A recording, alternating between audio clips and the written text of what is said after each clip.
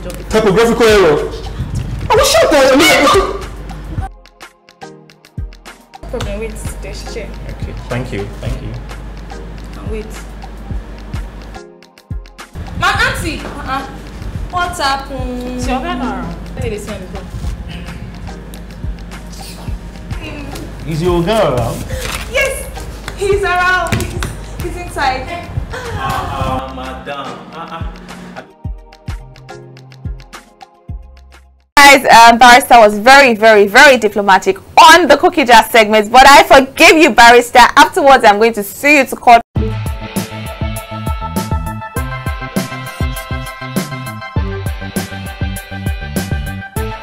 This is the court for infringement of my moderation rights.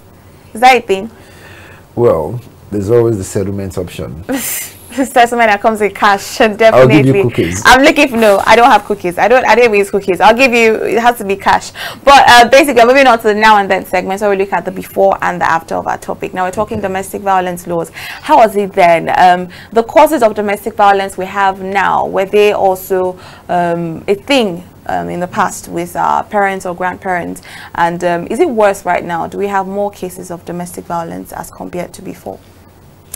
The truth is this: all over the world, there seems to be a systemic progression and advancement of everything, positive and negative.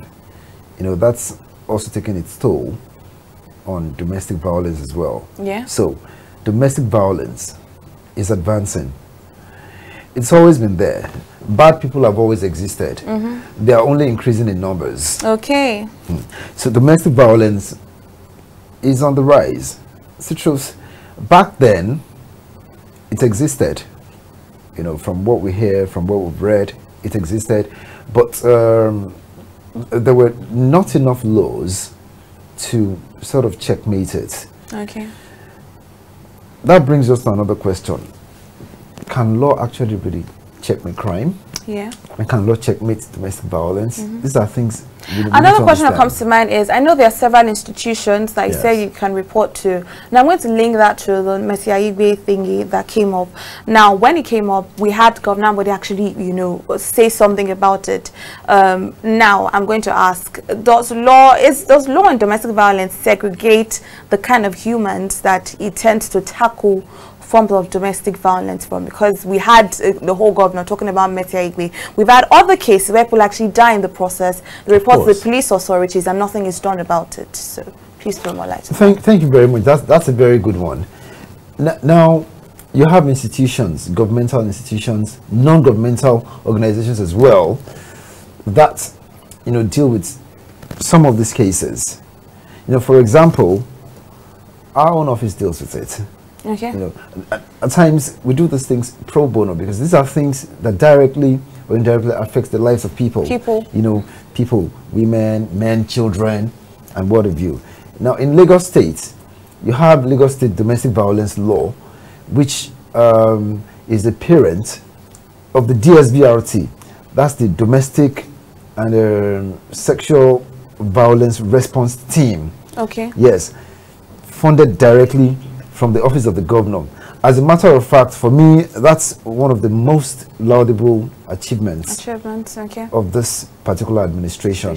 You know, he came aboard, that's the governor, he came aboard and kick-started it, attached directly to his office.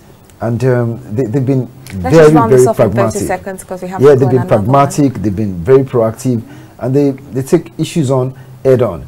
So if a person violates another, goes there, you get redress. Okay. If you go to some NGOs, you get redress. Okay. If you go to some other people as well, you know, in the legal profession, you get redress. So people majorly should learn to speak out. That's what matters. You must be able to speak out. When you're a victim, please do not hide it. Speak out. Rape as well is a miniature ambit of what we're talking about. You know, forced sex, forced labor, things like that. All these things, you know, are all embedded in the concept of domestic violence. But the major thing is information. You know, once people get information, they act on it on your behalf. You don't even have to do a thing. Yeah. You don't have to do a thing. They will get redress for you. Don't suffer in silence. In silence. You heard it already. Speak out. And I must give kudos to lots of people who are already speaking out on social media platforms. Definitely kudos to them.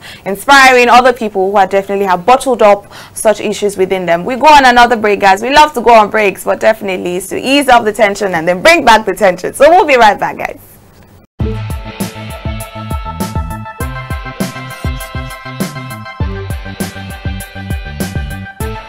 This is The Core.